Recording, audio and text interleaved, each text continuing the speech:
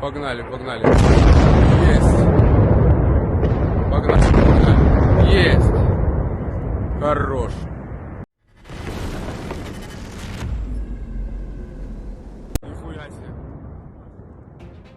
This is the moment Ukrainian missiles hit Sevastopol.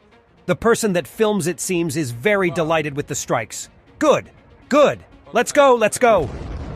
Нихуя себе. Хорош.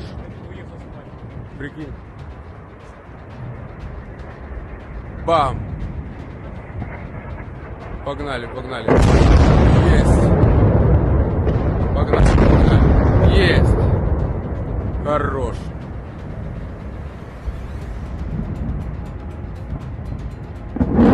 Хорош. Пошли, пошли, вон, видишь? The biggest result, I believe, from the Ukrainian missile strike on the Russian Navy ships in Sevastopol last night will be the resulting relocation of the vessels to safer harbors, and the impacts this will have on Russia's ability to deploy these assets, caliber carriers in particular, against Ukraine. At a minimum, a massive amount of Russian air defense systems will need to be relocated to Sevastopol, making them unavailable to the front lines. Despite this, the risks of other vessels being destroyed would remain high. And there is a new game in Ukraine. It's called Russian Fleet Bingo. In Zaporozhye, a Russian paratrooper films nearby reported VDV positions take Ukrainian cluster munition fire.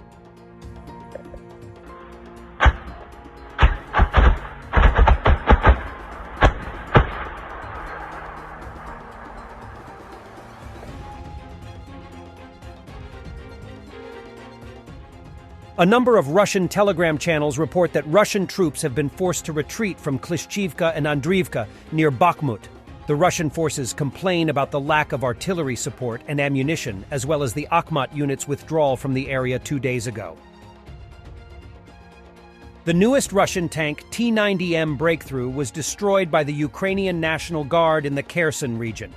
Fighters of the 11th Brigade of the National Guard of Ukraine inflicted accurate FPV kamikaze drone attack on an enemy tank, after which the tank's ammunition detonated and its turret was simply torn off.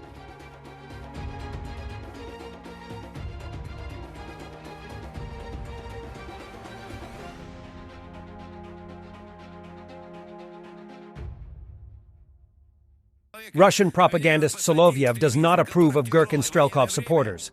He will give himself a heart attack like that. Какого хрена? Вы столпились вокруг Стрелкова и нарушаете действующее законодательство Российской Федерации, поддерживая человека, обвиняемого по статье «Экстремизм», который в тяжелое военное время, во время СВО, позволяет себе чуть ли не матом крыть нашего верховного главнокомандующего. Вас разыскивают на Украине, хрен с вами, в Монголию уезжайте. В России делать нечего. Если ты борешься, являясь гражданином другого государства, законно избранным президентом Российской Федерации. Понятно объяснил? А все ваши сопли, вопли в задницу себе засуньте. В поросячью. Хвостики подняли и в задницу себе засунули. Somewhere it is more difficult, somewhere it is easier, but I can say that the guys act confidently, the commanders act confidently and reliably defend what we need to defend today. We will win, we have no other options, Shoigu said. But take a look at his reaction when he's asked, will Russia win the war? Продолжаем выбивать технику, выбивать личный состав, всех тех, кто продолжает уже который месяц контрнаступления. Мы пережили или прошли уже, вы помните, весенняя, летняя кампания, вот сейчас пришла осенняя кампания. Ну, собственно, она сейчас идет. Войска занимаются тем, что держат активную оборону на нужных и необходимых направлениях. Где-то она сложнее, где-то она проще, но могу сказать, что ребята действуют уверенно, командиры действуют уверенно и надежно оборонять то, что на сегодняшний день нам необходимо оборонять, там, где, естественно, это те направления, на которых пытается осуществить прорыв украинские вооруженные силы. Но главная задача – это выбивать технику. Победим? У нас нет других вариантов. Elon Musk says the request to turn on Starlink in Crimea came from the Ukrainian government in the middle of the night. We figured out that this was kind of like a Pearl Harbor-like attack, so they really asked us to proactively take part in a major act of war. But at the time this happened, the region around Crimea was actually turned off. Now, the reason it was turned off was, actually originally, was because the United States has sanctions against Russia, and we're not allowed to actually, and that includes Crimea in the sanctions, and we're not allowed to actually turn on connectivity to a sanctioned country without explicit government approval, which we did not have from the U.S. government. So, so basically, Ukraine didn't give us any advance warning or heads up or anything. We just got the sort of urgent calls from the Ukrainian government saying that we needed to turn on Crimea.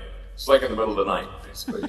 And we're like, "What are you talking about? You know, you lost. What's it for?" You know, and then you know, we basically figured out that this was kind of like a Pearl Harbor type attack on Sevastopol, on the Russian fleet in Sevastopol. So they're really asking us to really proactively take part in a major act of war. You know, well, we certainly have huge support for the Ukrainian government. The Ukrainian government is not in charge of U.S. People or companies. That's not how it works. And Elon, if I could just... Yeah. But I should say that, you know, although I'm not President Biden's biggest fan, if I had received a presidential directive to turn it on, I would have done so, because I do regard the president as the chief executive officer of the country. Whether I want that person to be the president or not, I still respect the office. And so if I gotten a request from the president type of thing, from the American president, to be clear, then I would have turned it on, you know. So, but no such request came through. That's a really interesting point. And what Chamath is referring to is you're now being attacked. I saw there was there was Jake Tapper the other day on CNN interviewing our Secretary of State. He was all lathered up, basically attacking you for this. David. I mean, to his credit, Secretary Blinken was actually quite supportive, despite the absurd, accusations and leading questions of Jake Tapper on CNN. Yeah, he didn't take the bait, to his credit. To Secretary Blinken, in this regard, for not, taking the bait at all. Yeah. Well, to me, this is an example of no good deed goes unpunished. Because if you had never given... I hope some good deeds that go unpunished.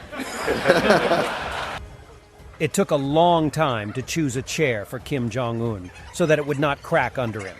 The dictator weighs more than 130 kilograms.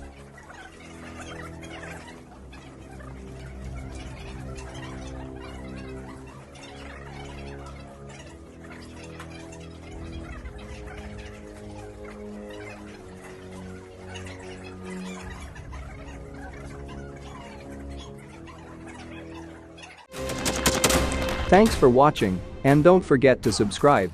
Also, if you want to support Warthog Defense, please become our member and get early access to new videos, exclusive members-only videos, and become administrator in comments section. The membership link is in the description.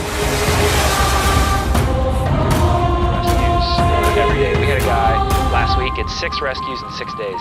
You know, he's doing the job every day.